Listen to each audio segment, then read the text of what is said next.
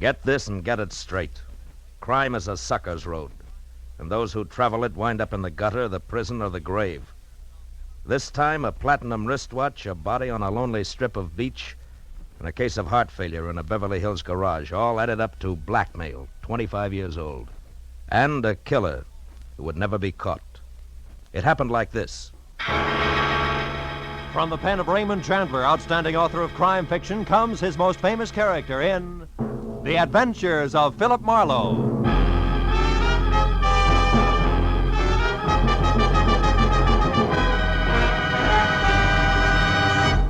In just a moment, tonight's story. But first, a message from the Ford Dealers of America. The whole country's talking about the great 1950 Ford.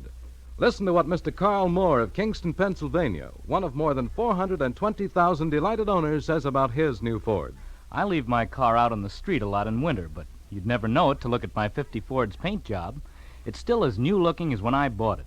I'll never stop wondering how Ford can sell a car that stands up so well for so little money.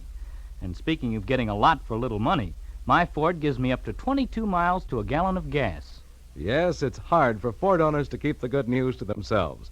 The news about the economy of the big new Ford. From its low initial price to its high resale value. From its low cost of maintenance to its thrift on gas and oil. Ford is a real economy buy. But prove it for yourself. Your neighborhood Ford dealer has the facts on Ford economy, and he'll be glad to have you test drive the big 1950 Ford in your own way. And now we bring you tonight's exciting story, The Anniversary Gift.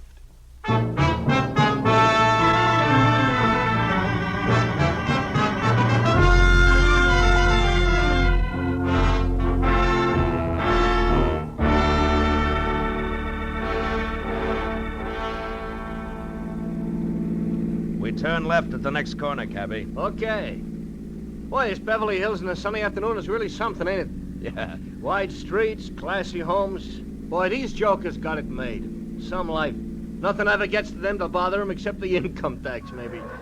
Yeah. Here it is, mister. 8834 Beverly Road. What a joint. Yeah. Wait for me, huh? Sure, mister.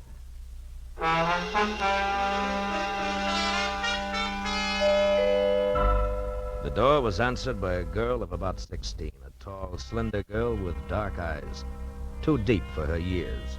Oh, come in, won't you? I believe Dad's expecting you. She led me across a living room as dignified as the lobby of a bank to a door that she opened. If you'll wait here in the library, I'll tell Dad you've come. The library of Stanley Towner, my new client, was as somber as his living room, except for one thing. Over a fireplace that half-filled one wall was a life-size portrait of a woman, a most beautiful woman. Could have been a painting of what the girl who had just left would look like in another 25 years. I was still staring at the picture when Stanley Towner came in. That's a portrait of Margaret, my wife. We lost her 1 week ago today. I'm sorry, Mr. Towner. Well, we'd been expecting it for over a year. The doctors had warned us, but even when you're braced for a blow like that, Yes, I know what you mean. It was her heart, Marlowe. She was coming home from a shopping trip in Westwood last Tuesday evening when it happened. She had her own car and was just pulling into the garage here when the attack seized her.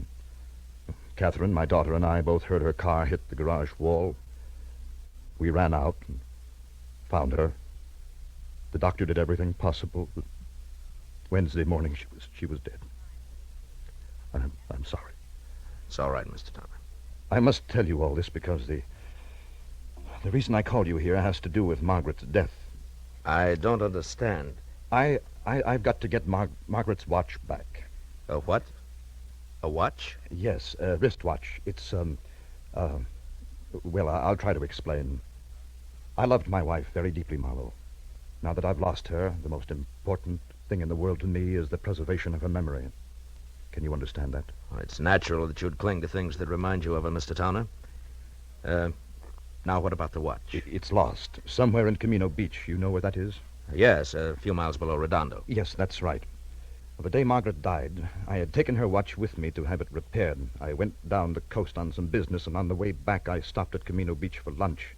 A place called the Trade Winds. You had the watch with you when you went in? Yes, in my overcoat pocket. I came out and got in my car and was halfway back to my office before I realized it was gone. I've got to get it back, Marlowe. How much is it worth? In cash, about $500, but to me, now, it's worth 20 times that. What's the watch like? It's a Veneris, platinum, and set with emeralds. Mm-hmm. I gave it to Margaret on our 20th wedding anniversary. There's an inscription on the back to Margaret from Stanley with eternal love. I know that watch is somewhere in Camino Beach. Can you find it and bring it back here to me? There's nothing more you can tell me? Unfortunately, that's all there is. I'll do my best. But I can't guarantee a thing.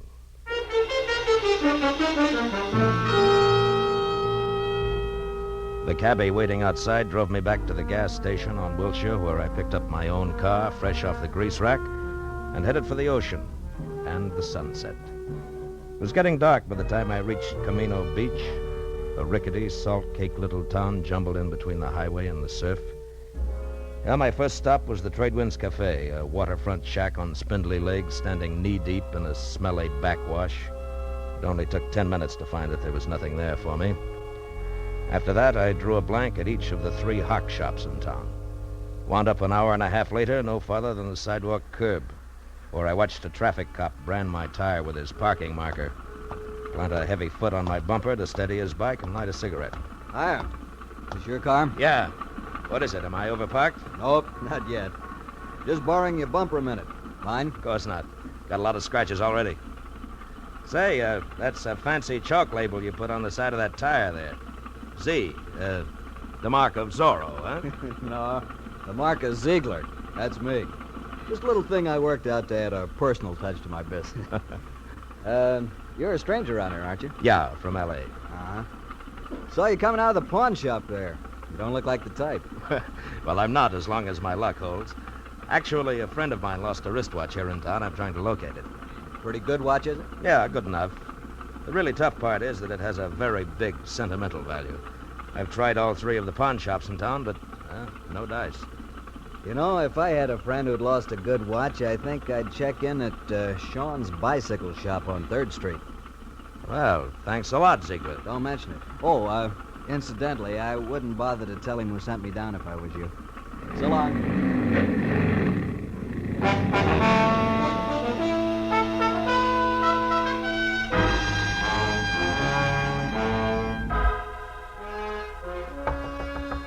Hello. Hello, anybody there? Hello, Sean? What do you want? I'm closed for the night. I'm, interested in a lady's wristwatch, Mr. Sean. Are you now? And just how does that bring you to a bicycle shop? Look, we both know your offense, so let's not waste time on that. The Well. watch I'm after is platinum set with emeralds and has an inscription on the back. To Margaret from Stanley with eternal love. A bright sentiment, I'm sure. Have you seen the watch? No. Look, Sean, either I beat your tongue as limber as a St. Bernard's ears, or you accept this $20 in exchange for some straight information. Peacefully. Now take your choice and take it fast. $20. What kind of a choice is that? But I don't have the watch, Bucko. But you have seen it. Oh, yes. 5-6 days ago, a fella brought that watch in here, wanted to know what it was worth. I said $500. He laughed in my face. Who was this guy? You mentioned something about $20. Oh, yes. Here. All right, now give. Yeah, that's better. His name is Chip Menashe. In summers, he works in the concessions in the pier. In winters, he's nothing more than a beachcomber. Lives in a little room out on the pier behind the shooting gallery, and that, Bucko, is your $20 worth. It had better be, Shane, or I'll be back for my change.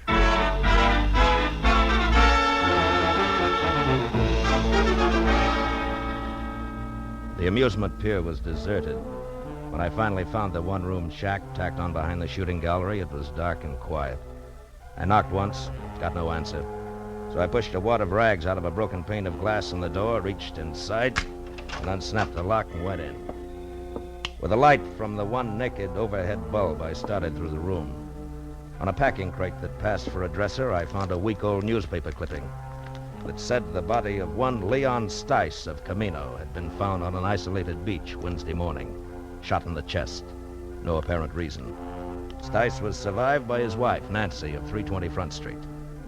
I got real busy wondering why a bum like Chip Menashe saved old newspaper clippings of murder stories when a noise outside turned me toward the open door. What are you doing in my place? You weren't home, so I came in to wait. You a cop or something? No, I'm no cop, Menashe. The name's Marlowe. Huh? Maybe we can do business. Sit down. I don't get you. I collect old watches. A mutual friend sent me, Menashe. Yeah? I'm interested in ladies' watches, particularly. Maybe something in platinum with emeralds. Okay, Pally, what's the proposition? Nothing until I see the merchandise. Now, how about putting it on display, huh? I can't hear you, Pally. Ah, come on now. Where's the watch? Don't rush me, mister. Don't rush me. It'll get you nowheres. All right. Make me a proposition. 10 grand? 10,000? Uh-huh. You must be out of your mind. Yeah, we'll see who's out of their minds. That's a very valuable watch. Maybe you better get out of here and add it all up again. Yeah, maybe I'd better at that. But, Menashe, don't go away, because I'll be back. I won't go away. I know when I'm sitting on top of the pile.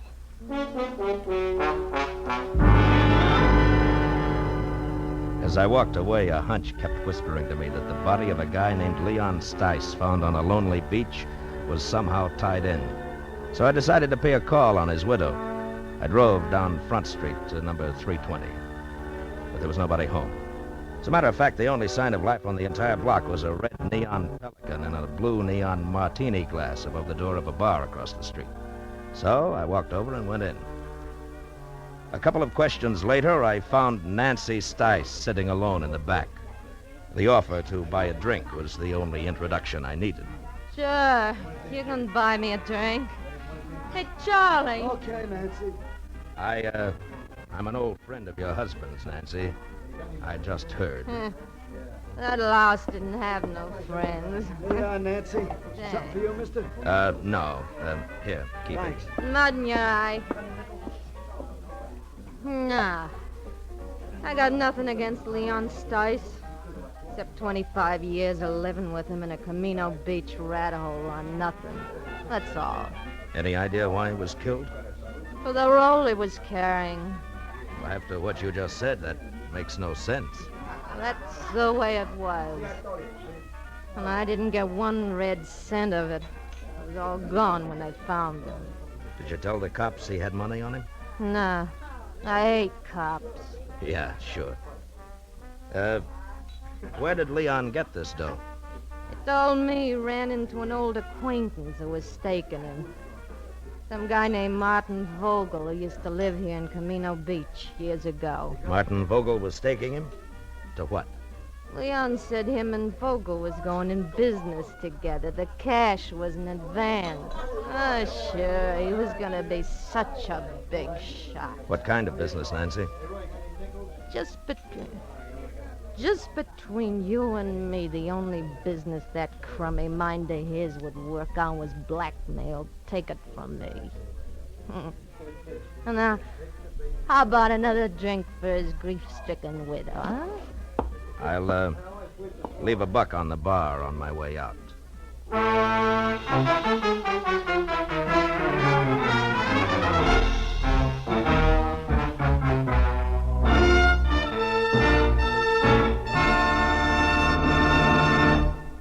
In just a moment, the second act of Philip Marlowe. But first, a brief message from the Ford Dealers of America. From coast to coast, Ford owners agree the big new Ford brings you more for your money. More in comfort, more in performance, and more in economy. But only through personal experience can you appreciate the restful ease of Ford's famous midship ride and the luxurious comfort of Ford's non-sag foam rubber cushion front seat. Only by driving this great car can you enjoy its smooth power and solid roadability. And only by getting the facts about Ford's economy can you understand that so powerful, so smooth riding, and so beautiful a car can cost so little to buy. To run and to maintain. But see what the new Ford gives you. Find out how much it saves you.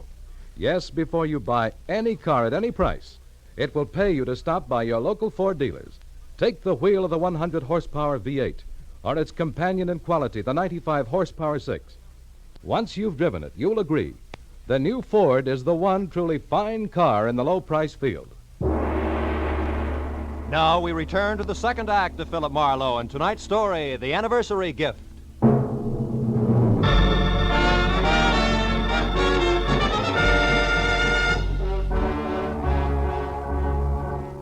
I left the Pelican Club, got into my car, and started for the local law on the chance that I could learn something more about the new question mark I'd picked up named Martin Vogel.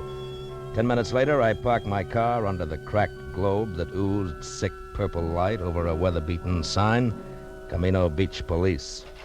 A fat sergeant huddled over what could have been the original teletype machine. When I presented my credentials, he jabbed a fat finger at a dirty glass door marked Captain Elvin Bush, Chief of Detectives.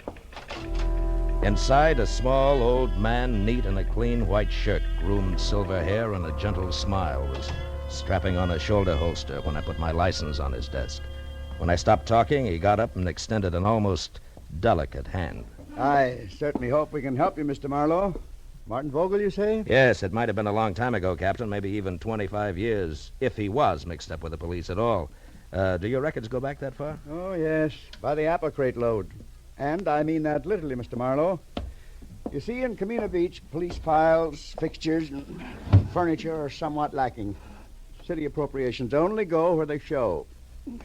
Public bird baths, statues of the mayor. Oh, here. This bottom crate here.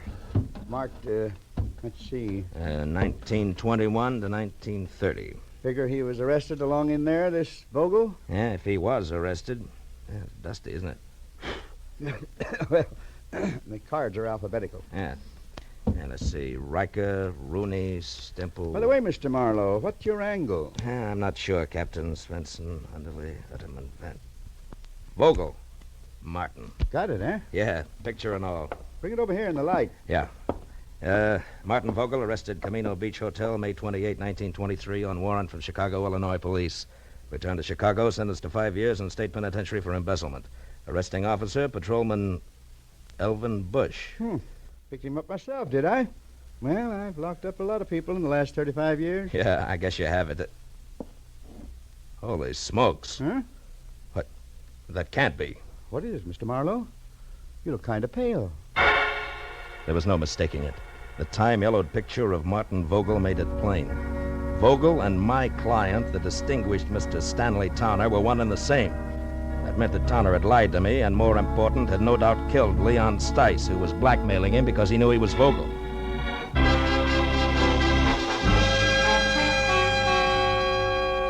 I left Captain Bush piled into my car and pointed it back for the amusement pier, where one way or another I was going to get Chip Menashe to fill in a few remaining blanks for me.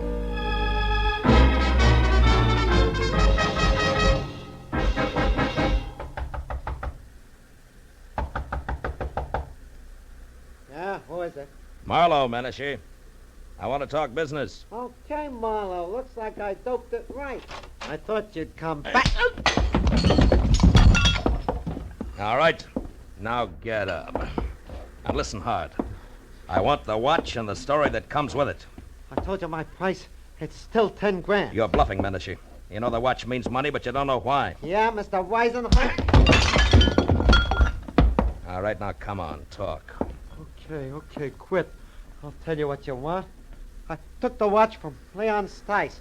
I found him dead on the beach. It was clenched in his fist. And the dough you're spending? Was in his wallet. Let me up, will you?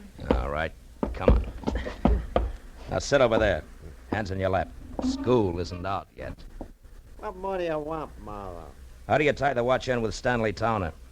What makes you think I did? The fact that I was sent here to Camino Beach and the fact that you were ready and waiting for somebody. Well? Okay. I was lucky.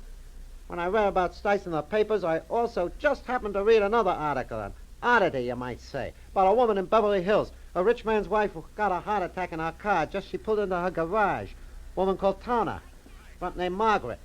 Wife of a big shot broker, also called Towner, front name Stanley. I went from there. I was shrewd. Yeah, genius. Okay, now give me the watch. Come on, let's have it. All right, get your mitts off. Here. Now you're real happy, Muscles? Happy that you... Hey, cops. Coming this way. Hey, Menashe, wait a minute! By the time I got to the door, he was halfway across the boardwalk to his car. But Captain Bush and his sergeant were ready and waiting. When Menashe was next to the gun he kept in his glove compartment, the spotlight on the squad car slashed through the dark, found him, and froze him in a position. We've got you, Menashe. You'd better quit. Menashe, do you hear me? No, you listen, Papa. Let him have it, Becker. The windshield sprang into little pieces. That got him. Come on, Becker. Yeah, Captain. I waited until Captain and Becker were next to the body and had lifted it off the steering wheel. Then I moved quietly along the side of the buildings as far as the squad car. There, I turned and started back toward them. Hey, what happened? Oh, it's you, Captain. What brings you around here, Mr. Marlowe? A guy in town told me that somebody named Chip Menashe might give me a lead on Martin Vogel. You won't be able to now. That's Menashe. What? We wanted him for a week-old stick-up murder. Stick-up murder? That guy on the beach? The same. Say, Becker, you find the money on him? Right, some $300, Captain. Good. Well, you better call for the wagon now. Check. Funny thing, Mr. Marlowe. One fingerprint did it. Oh, how's that? That guy on the beach, Leon Stice. We found his empty wallet in the sand next to him. It had an isinglass front over his driver's license with a thumbprint that wasn't his. But was Chip Menashe's, huh? Well, we got on to Menashe because he was spreading a lot of dough around. Today, Becker got down here and lifted one of his prints. That cinched it, huh? Yes, that and the shot he just threw at me. Strictly a stick-up killer who got caught. Marlowe, about this Martin Vogel, you still want to let it go that the Beverly Hills police are going to get in touch? I think so. Good night, Captain Bush.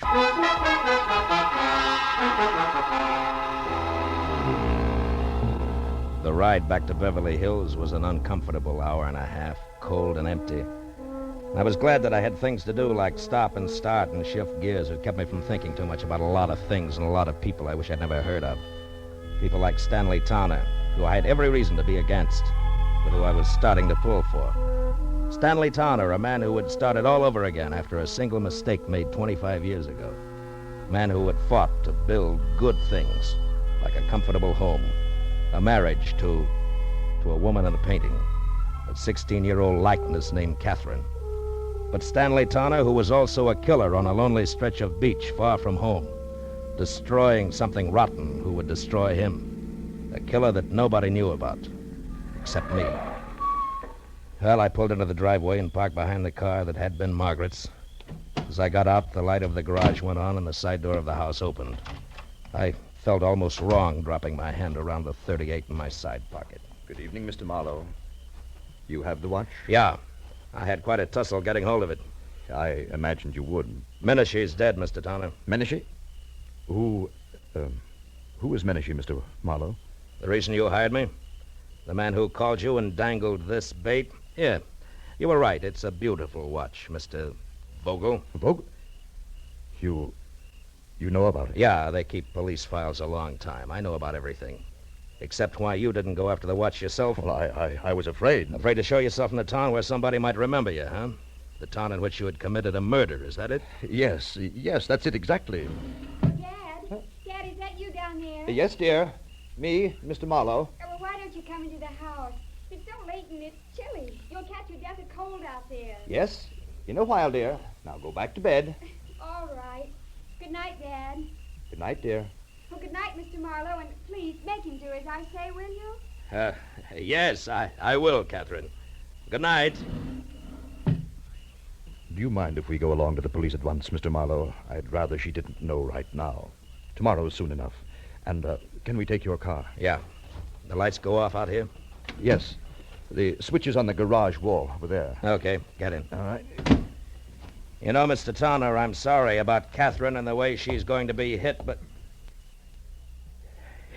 by this thing. The switch is there on your right. On your right, Mr. Marlowe.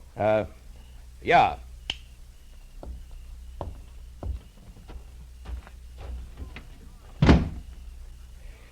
It was a very nice house. Mm-hmm.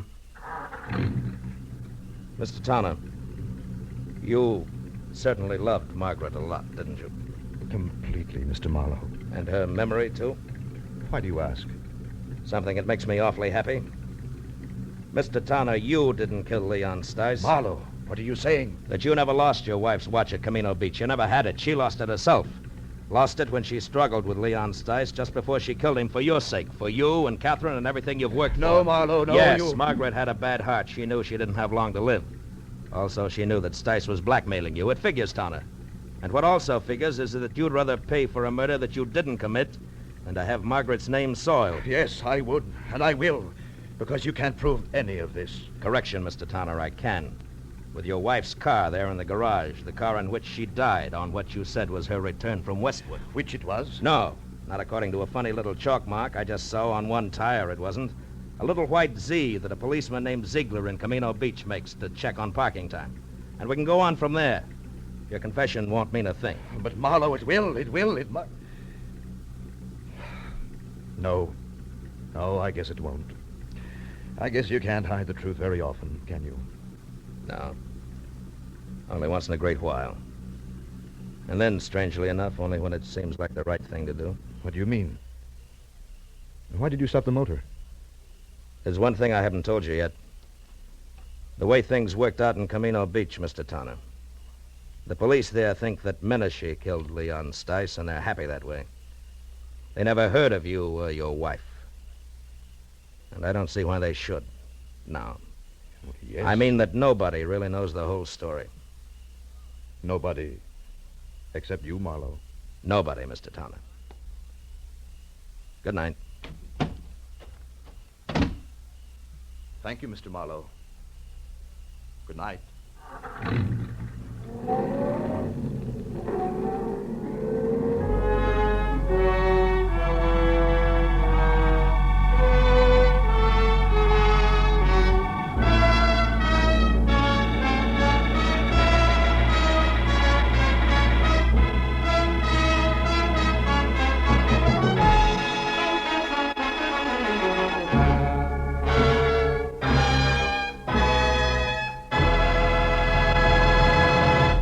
Philip Marlowe will be back in just a moment. But first, a word from the Ford Dealers of America.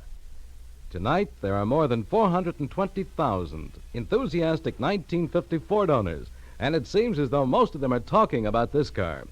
Listen to what Judge Richmond B. Keach of Washington, D.C. has to say about his new Ford. I was so satisfied with my 49 Ford that I decided to get a 50 as soon as they became available. I've been more than pleased with the 50. Truthfully, I see no cause to pay more when a Ford gives me all the performance, quiet, and comfort a man can ask for at such a reasonable price. The Ford is wonderfully easy to handle, particularly in traffic.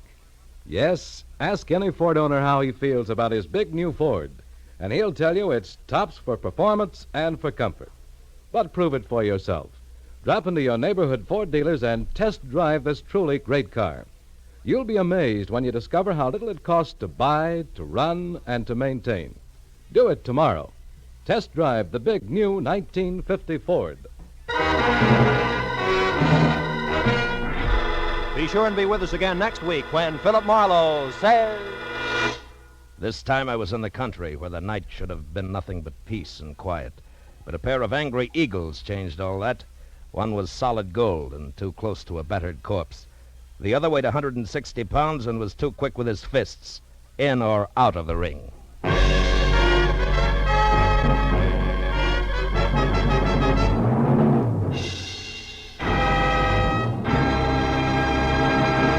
The Adventures of Philip Marlowe, bringing you Raymond Chandler's most famous character, tonight starred Bill Conrad, are produced and directed by Norman McDonnell, and are written for radio by Robert Mitchell and Gene Levitt. Featured in the cast were Sammy Hill, John Daner, Gene Bates, Ralph Moody, Larry Dobkin, Harry Bartell, and Edgar Barrier. The special music is composed and conducted by Richard Orant. This is Roy Rowan speaking for CBS, the Columbia Broadcasting System.